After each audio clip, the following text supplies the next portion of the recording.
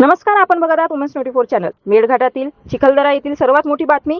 मेळघाटातील चिखलदरा या पर्यटन स्थळी गेल्या 1 महिन्यापासून पेट्रोल पंप बंद असल्यामुळे नागरिकांसह पर्यटकांना मोठ्या अडचणीचा सामना करावा लागत आहे. चिखलदरा हे विदर्भातील एक प्रमुख पर्यटन केंद्र असून राज्यभरातून येथे मोठ्या प्रमाणात पर्यटक येत असतात. मात्र पेट्रोल डिझेल उपलब्ध नसल्यामुळे पर्यटकांची गैरसोय होत असून स्थानिक नागरिकांनाही मोठा फटका बसत आहे. चिखलदरा येथे आरके ऑटोमोबाईल हा एकमेव पेट्रोल पंप असून त्यांच्यावर संपूर्ण तालुक्याचा इंधन पुरवठा अवलंबून आहे. पंप बंद असल्याने शहरात अवैधरित्या पेट्रोल 200 रुपये प्रति लिटर तर डिझेल 150 रुपये प्रति लिटर दराने विक्री होत असल्याचा गंभीर आरोप करण्यात येत आहे. दरम्यान पेट्रोल पंप चालकाकडून समाधानकारक उत्तर मिळत नसल्याची तक्रार नागरिकांनी केली असून पुरवठा विभागाकडे वारंवार तक्रारी करूनही दुर्लक्ष होत असल्याचा आरोप केला जात आहे. या पार्श्वभूमीवर पुरवठा निरीक्षक गणेश इंगळे यांनी संबंधित पेट्रोल पंपाला भेट देत मालकाला तंबी दिली आहे. मात्र नागरिकांची मागणी आहे की तातडीने इंधन पुरवठा सुरळीत करण्यात यावा आणि अवैध विक्रीवर कडक कारवाई करण्यात यावी.